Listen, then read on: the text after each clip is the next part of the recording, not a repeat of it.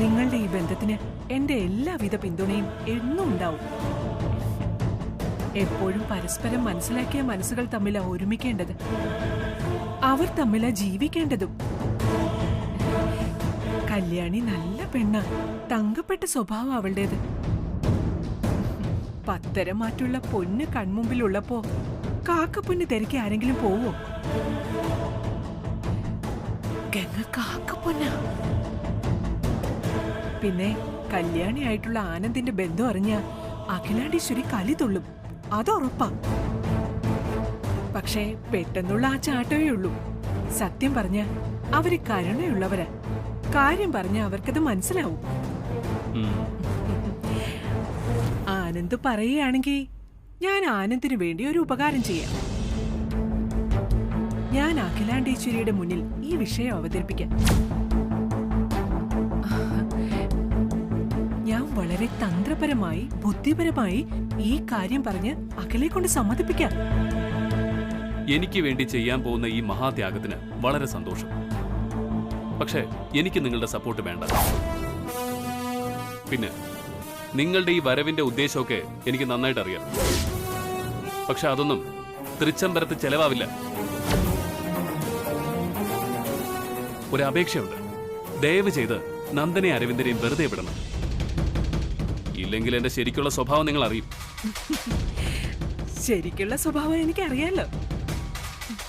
അതല്ലേ ചെളിക്കുണ്ടിന്ന് കരകയറ്റാൻ ഞാനൊരു ശ്രമം നടത്തിയത്. നിങ്ങൾ ഒരു ശ്രമവും നടത്തണ്ട. ഉപകാരം ചെയ്തില്ലെങ്കിലും എന്റെ അനിയനെയും അനിയത്തെയും ഉപദ്രവിക്കരുത്. ശത്രുത കളഞ്ഞ് മിത്ര ആകാന്ന് വെച്ചാൽ അതിന് സമ്മതിക്കില്ല. അങ്ങനെയാണെങ്കിൽ നീയും കല്യാണിയും തമ്മിലുള്ള കല്യാണം നടക്കുന്നത് എനിക്കൊന്ന് കാണണം. ഇത് കണ്ണീരും കയ്യുമായി കലാശിച്ചില്ലെങ്കിൽ മഹേശ്വരി എന്ന എന്റെ പേര് ഞാൻ മാറ്റും. നീ കരുതിക്കോ.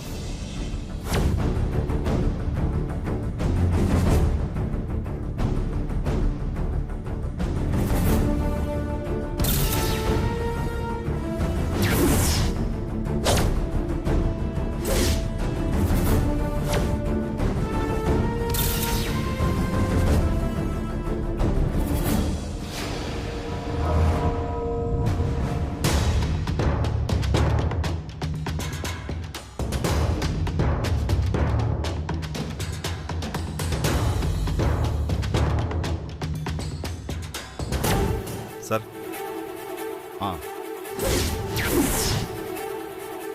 എന്തായി കുറിപ്പേ? ദാസ് പണം തരാമെന്ന് സമ്മതിച്ചോ? 2 ദിവസം സമയം ചോദിച്ചു. പക്ഷേ പണം ആവശ്യപ്പെട്ടപ്പോഴുള്ള ദാസിന്റെ മുഖത്തെ പതർച്ച കണ്ടപ്പോൾ അത് നടക്കില്ലെന്നാണ് വിചാരിക്കേണ്ടത്. ഒരിക്കലും ദാസിനെ കൊണ്ട് സാധിക്കാത്ത കാര്യമാണ് നമ്മൾ ആവശ്യപ്പെട്ടിരിക്കുന്നത്. പിന്നെ ഇത് നീരജോ നീരജിന്റെ വീട്ടുകാരോ തൃച്ചംബരത്തുള്ളവരോ അറിയാൻ പാടില്ല എന്ന് പ്രത്യേകം പറഞ്ഞില്ലേ? കാര്യകാരണ സഹിതം ഞാൻ അത് അവതരിപ്പിച്ചിട്ടുണ്ട്. തല പോയാലും ദാസ് ഇത് പുറത്തു പറയില്ല. ഗുഡ്. ദാസിന്റെ ബാങ്ക് എന്ന് പറയുന്നത് തൃച്ചംബരത്ത് അഖിലാണ്ടേശ്വരിയും ശിവരാമകൃഷ്ണനുമാണ്. അവരോട് പോയി ഇയാൾ കാശ് ചോദിച്ചാൽ ഈ 10 ലക്ഷം എന്തിനാണെന്ന് അവർ തിരക്കും. അപ്പോ ഇയാൾക്ക് കള്ളം പറയേണ്ടി വരും. കള്ളം പറഞ്ഞ് ഫലിപ്പിക്കാനൊന്നും ദാസിന് അറിയില്ല. അപ്പോ ആ കള്ളം പൊളി. അത് ശരിയാ. ഈ ദാസ് ഒരു മണ്ടന. സത്യമറിഞ്ഞാലേ തൃച്ചംബരത്തുനിന്ന് കാശ് കൊടുക്കൂ. ഇത് സത്യമല്ലാത്തത് കൊണ്ട് തന്നെ തൃച്ചംബരത്തുനിന്ന് പണം കിട്ടാൻ പാടാ. പക്ഷേ മറ്റൊരു കാര്യമുണ്ട്. മകളുടെ കല്യാണം നടത്താൻ വേണ്ടി ഈ ദാസ് എന്തും ചെയ്യും. പഠിച്ച പണിയും പഠിക്കാത്ത പണിയും പയറ്റും. തൃച്ചംബരത്തെ ബാങ്ക് ഇടപാടുകൾ കൂടുതലും ദാസിനെയാണ് ഏൽപ്പിക്കുന്നത്. അതിലൊരു തിരിമറി നടത്താൻ ദാസ് ശ്രമിച്ചാൽ അതിലൂടെ ദാസ് കള്ളനാണെന്ന് മുദ്ര കുത്തപ്പെടും. അങ്ങനെയാണെങ്കിൽ നമ്മൾ വിജയിച്ചു. ഇങ്ങനെയൊക്കെ നടക്കൂ? ദാസ് വിശ്വസ്തനായ ഒരു ജോലിക്കാരന്. പലതരം കെണികൾ വയ്ക്കുകയല്ലേ. ഏതെങ്കിലും ഒന്നിൽ അയാൾ അകപ്പെടും. അകപ്പെടുത്തണം. അല്ലെങ്കിൽ പണം തരാൻ മാർഗമില്ലാതെ മകളുടെ കല്യാണം മുടങ്ങുമെന്ന വിഷമത്തിൽ ദാസ് ആത്മഹത്യ ചെയ്യണം. അതിനൊരു സാധ്യത ഞാൻ കാണുന്നുണ്ട്. ദാസ് ആത്മഹത്യ ചെയ്താൽ ഈ ഓപ്പറേഷൻ നമ്മൾ ജയിച്ചു. എങ്ങനെയെങ്കിലും അയാളെ ഇല്ലാതാക്കിയാൽ കല്യാണി തകർന്നു പോകും. പിന്നെ എല്ലാം എളുപ്പത്തിലാവും. പ്രിയങ്കയുടെ ലക്ഷ്യം അതാണ്. കല്യാണി കൂടി ഇല്ലാതെയായാൽ ആനന്ദ് കൃഷ്ണൻ എന്ന ശക്തി ഇല്ലാതാവും. തൃച്ചംബരത്തിന്റെ തകർച്ച അവിടെ തുടങ്ങും. ശരി സർ, എന്നാ ഞാനങ്ങോട്ട്. ശരി. കുറുപ്പേ, നിങ്ങൾ എൻ്റെ ആളാണെന്നും നീരജിന്റെ അമ്മാവനല്ലെന്നുമുള്ള കാര്യം മറ്റാരും അറിയാതെ നോക്കേണ്ടത് നിങ്ങൾ തന്നെയാണ്. അത് മറക്കണ്ട. ശരി സർ.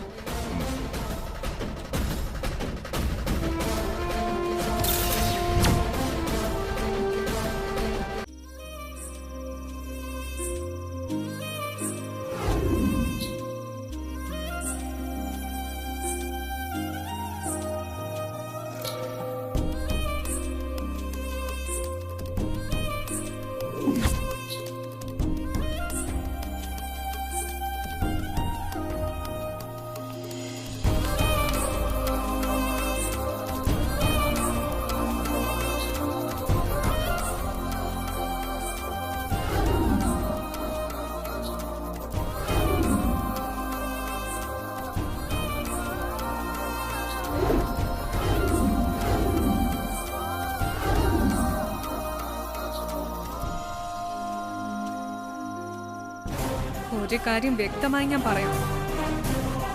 എന്റെ ആഗ്രഹങ്ങൾ നിറവേറ്റാൻ കഴിയാതെ വന്നാൽ ഈ തൃച്ചംബരത്ത് ഞാൻ സ്വയം എന്റെ ജീവിതം അവസാനിപ്പിക്കും. അതിന് കാരണക്കാരൻ നീയാണെന്ന് എല്ലാ തെളിവുകളോടും കൂടി നിയമത്തിന് മുന്നിൽ സമർപ്പിച്ചിട്ടായിരിക്കും എന്റെ യാത്ര. വീടില്ല നിന്നെയും കൊണ്ട് എങ്ങ പോകൂ. തീർച്ചയായും എത്രയും വേഗം ഗംഗ ആരാണെന്നും അവൾ ഈ തൃച്ചംബരത്ത് വന്നതിന്റെ ലക്ഷ്യം എന്താണെന്നും കണ്ടെത്താം.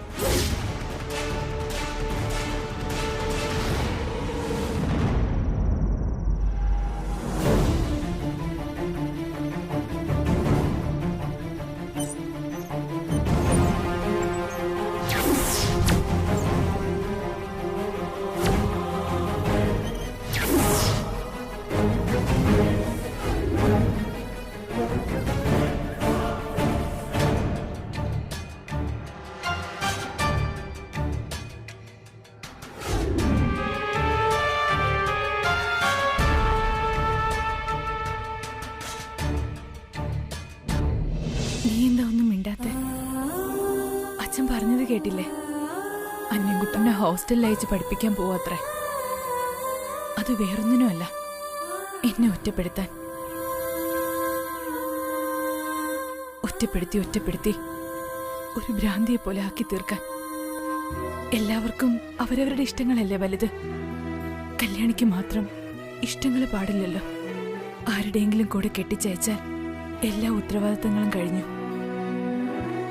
എന്റെ ഇഷ്ടങ്ങൾ മനസ്സിലാവാഞ്ഞിട്ടല്ല, മനസ്സിലായിട്ടും മനസ്സിലാവാത്തതുപോലെ നടിക്കുക. അതെങ്ങനാ? ജന്മം നൽകിയ അച്ഛന് പോലും വിശ്വാസം ഞാൻ വിഷം കൊടുത്ത് കൊല്ലാൻ നോക്കിയെന്ന. സങ്കടമുണ്ട്. നിന്നെ പോലെ തന്നെയാ ഞാനും. പൊള്ളുന്ന വെയിലിലും നീ തളരാതെ പൂവിരിച്ച് നിൽക്കാറില്ലേ? അതുപോലെയാ ഞാനും ഇപ്പം. നീ കേൾക്കുന്നുണ്ടോ? ഈ നെഞ്ചിനകത്ത് ഒരു നോവിന്റെ കൊടുങ്കാറ്റടിക്കുന്നത്. എന്നിട്ടും ചിരിച്ചു നിൽക്കുക കല്യാണി. ഇനി വയ്യ എനിക്ക്. ചിലപ്പോ ചങ്ക് പൊട്ടിപ്പോവും. നിനക്കറിയാലോ എന്റെ ഇഷ്ടങ്ങള്. ഈ കഴുത്തിൽ വലിയ കുഞ്ഞല്ലാതെ മറ്റാരും താലി കെട്ടില്ല. അത് മാത്രമാ എന്റെ സ്വപ്നവും ഇഷ്ടവും. അത് മാത്രം.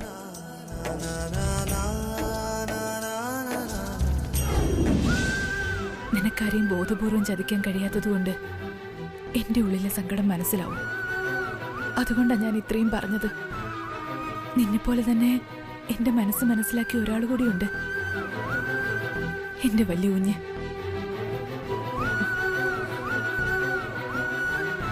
പോട്ടെ ഞാൻ.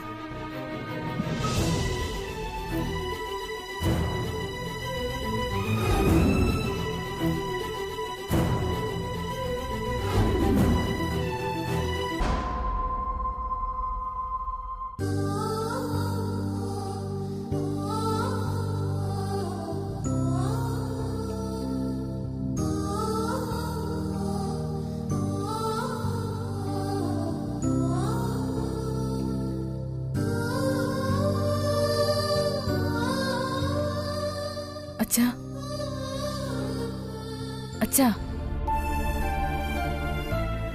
എന്താ ഇങ്ങനെ കിടക്കണേ? എന്താ, എനിക്ക് കിടക്കാനും പറ്റില്ലേ? പതിവില്ലാതെ ഈ സമയത്ത് കിടക്കുന്നോണ്ട് ചോദിച്ചു പോയതാ. അച്ഛന്റെ മുഖത്ത് നല്ല ക്ഷീണമുണ്ട്. അച്ഛൻ്റെ ക്ഷീണം ആസ്വദിക്കാനും ഇടയ്ക്കിടയ്ക്ക് മനസ്സിനിട്ട് ഓരോ അടി തന്ന് വേദനിപ്പിക്കാൻ ശ്രമിക്കുന്നവർ കൂടെയുള്ളപ്പോൾ ഇത്തരം ചോദ്യങ്ങൾ തന്നെ അനാവശ്യമാണ്. എന്തിനാ അച്ഛാ എന്നോട് ഇങ്ങനെയൊക്കെ സംസാരിക്കണേ? ഈയിടെയായിട്ട് അച്ഛനല്ലേ എന്നെ ഇങ്ങനെ വേദനിപ്പിക്കണേ? വേദന നിനക്കോ? അത് ഞാൻ കാരണം? ആവശ്യമില്ലാത്ത വാക്കുകൾ ഉപയോഗിക്കരുത്. പഴിചാരുമ്പോൾ അത് ശരിയാണോ എന്ന് ഒന്നുകൂടി ആലോചിക്കണം. ഉള്ളൊരുക്കിക്കൊണ്ടിരിക്കുക, ചങ്കടിപ്പ് കൂടുക. എൻ്റെ മക്കളുടെ നന്ദികേട് കൊണ്ട് നീറിപ്പോകുന്ന മാതാപിതാക്കളുടെ ലോകമായത്. അതുകൊണ്ട് എൻ്റേതൊരു പുതിയ കഥയല്ല. അങ്ങനെ ഒരു ആശ്വാസമേ ഉള്ളൂ.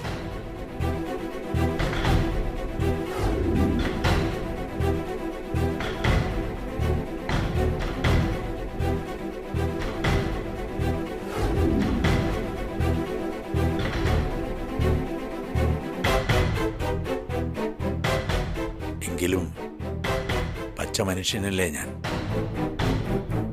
മക്കളെ മാത്രം നെഞ്ചിനകത്തിട്ട് ജീവിച്ച ഒരു സാധാരണ മനുഷ്യൻ. മക്കൾക്കൊരു പനി വന്നാൽ ഇടറുന്ന മനസ്സായൻ്റേത്. അവരെ വളർത്തുമ്പോഴും പഠിപ്പിക്കുമ്പോഴും 10 മിനിറ്റ് നേരം അവരെ കാണാതിരിക്കുമ്പോഴും ഞാൻ അനുഭവിച്ച മനോവേദനയുണ്ടല്ലോ, അത് മനസ്സിലാക്കണമെങ്കിൽ ഉള്ളിൽ അല്പമെങ്കിലും നന്മ വേണം. വേണ്ട, ഞാൻ എന്തെങ്കിലുമൊക്കെ പറഞ്ഞു പോയാൽ നിങ്ങളെ വിഷമിക്കും.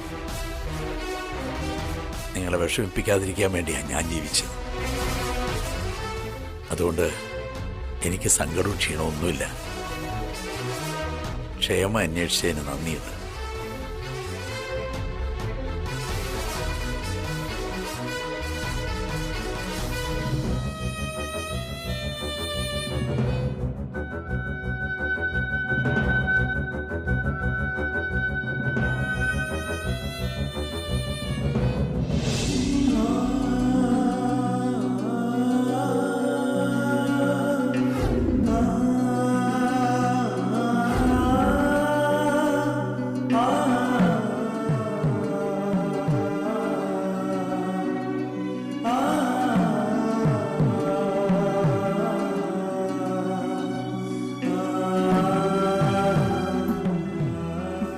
എന്താ ചേച്ചി? ഏയ് ഒന്നുമില്ല. അച്ഛനെന്തേ? കിടക്കുക. അച്ഛന് എന്തൊക്കെയോ പ്രശ്നങ്ങളുണ്ട്. എന്തെങ്കിലും നിന്നോട് പറഞ്ഞോ? ഒരു പ്രശ്നമില്ല. ആ ചെക്ക് മാറി നോട്ടുകളുടെ കെട്ട് കണ്ടപ്പോ അച്ഛന് ഷോക്കായി പോയെന്നാ എനിക്ക് തോന്നുന്നത്. എത്ര ലക്ഷങ്ങൾ കൊടുത്താലും, നമ്മുടെ ജന്മം തന്നെ കൊടുത്താലും അച്ഛൻ നമുക്ക് തന്ന സ്നേഹത്തിന് പകരാവോ ഞെങ്കുട്ട?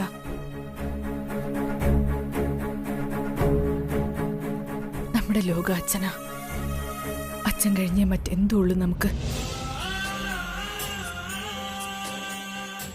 അത് അച്ഛനെന്താ മനസ്സിലാക്കാത്തെ? അച്ഛനെല്ലാം അറിയാൻ ചേച്ചി. ചേച്ചി വിഷമിക്കണ്ട.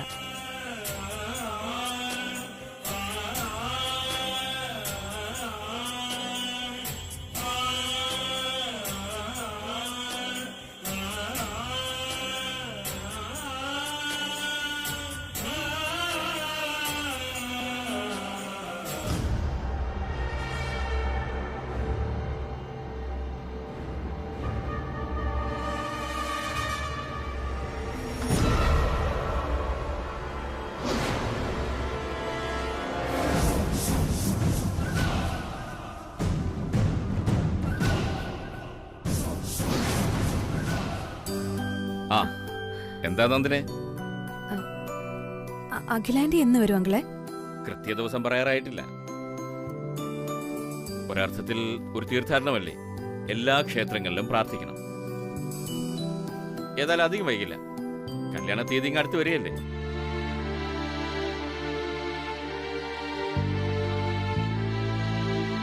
എന്ത് പറ്റി?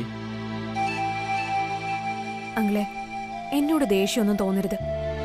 അമ്മ വന്ന് ഷെയർ ചോദിച്ചത് എന്റെ പൂർണ്ണ സമ്മതത്തോടെയൊന്നും അല്ല. വേണ്ട എന്ന് ഞാൻ പറഞ്ഞതുവാ. അമ്മ നിർബന്ധിച്ച എന്നെ കൊണ്ടുവന്നത്.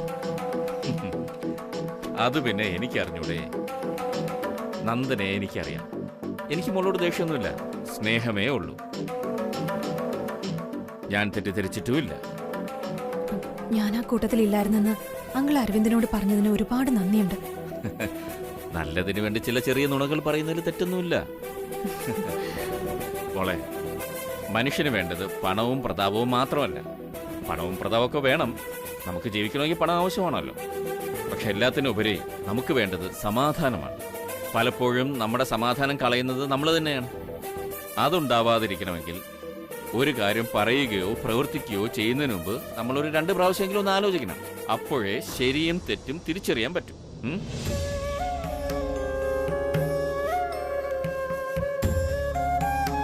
മഹേശ്വരി നന്ദനയുടെ അമ്മയാണ്, ഇവിടുത്തെ ബന്ധുവാണ്. അതുകൊണ്ട് തന്നെ അവരോട് സംസാരിക്കുന്നതിൽ എനിക്കൊരു പരിധിയില്ലേ. സ്വന്തം മകൾ സമാധാനത്തോടെ ജീവിക്കട്ടെ എന്ന് അവരല്ലേ കരുതേണ്ടത്. ഇതിപ്പോ മഹേശ്വരി ഷെയർ ചോദിച്ച വിവരം എല്ലാവരും അറിഞ്ഞാൽ ഈ കുടുംബത്തിന്റെ സ്വസ്ഥത നശിക്കും. ഇവിടുത്തെ സ്വത്തുക്കൾ അവകാശപ്പെട്ടവർക്കുള്ളത് തന്നെയാണ്. അതിന് മറ്റുള്ളവരുടെ ഇടപെടൽ എന്തിനാണ്? എനിക്ക് മനസ്സിലാവുന്നുണ്ട് അങ്കിളെ. എനിക്ക് പറയാനുള്ളത്, മോളും അരവിന്ദും തമ്മിൽ ഒരു അഭിപ്രായ വ്യത്യാസം ഉണ്ടാവരുത്. ചെറിയ ചെറിയ അഭിപ്രായ വ്യത്യാസങ്ങളാണെങ്കിൽ അത് നിങ്ങൾ തന്നെ പരിഹരിച്ചു തീർക്കണം. പകലാണെങ്കിൽ അന്തിക്ക് മുമ്പ്, രാത്രിയാണെങ്കിൽ പുലർച്ചയ്ക്ക് മുമ്പ്, മറ്റൊരു ചെവി അറിയാതെ. ഭാര്യ ഭർത്താക്കന്മാർക്ക് ഒരേ മനസ്സാണെങ്കിൽ പിന്നെന്ത് പ്രശ്നം? അതല്ലേ സമാധാനം. അമ്മ അങ്ങനെ അങ്കിളെ. അതൊക്കെ പോട്ടെ, അത് അവരുടെ ക്യാരക്ടർ. പക്ഷേ അമ്മയ്ക്കുള്ള സ്നേഹം കൊടുത്തുകൊണ്ട് തന്നെ കാര്യങ്ങൾ പറഞ്ഞ് മനസ്സിലാക്കണം. തൃച്ചംബരത്ത് അരവിന്ദകൃഷ്ണന്റെ ഭാര്യയാണ് നീ. ആ പദവിക്ക് പിന്നിൽ ഒരു പ്രതാപമുണ്ട്. ആ പ്രതാപത്തോടൊപ്പം തന്നെ സമ്പത്തുമുണ്ട്. മനസ്സിലായോ? മനസ്സിലായി. എന്നാ പൊയ്ക്കോ. ശരി അങ്കിളെ.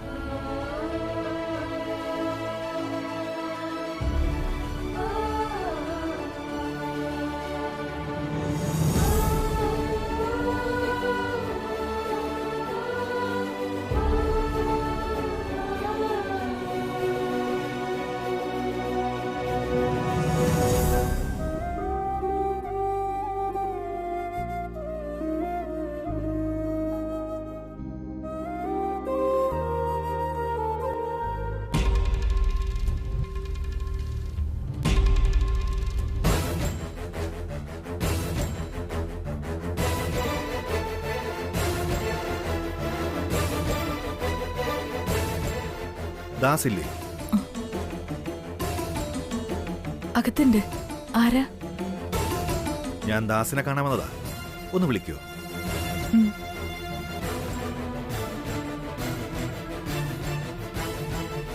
അച്ഛാ, അച്ഛനെ കാണാൻ ഒരാള് വന്നിരിക്കുന്നു.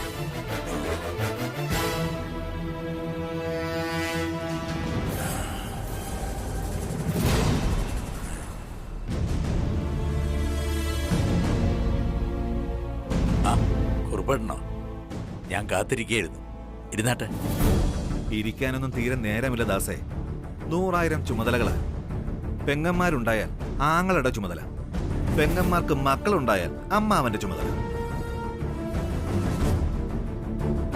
മരുമക്കത്തായമാണെങ്കിലും അവശേഷിച്ച അമ്മാവന്മാർക്ക് ഇങ്ങനെ ചില ഏടാകൂടങ്ങളുണ്ട്. എന്താ ദാസേ കാര്യങ്ങൾ? ഇരിക്കെ, ഞാനിപ്പോ വരാം.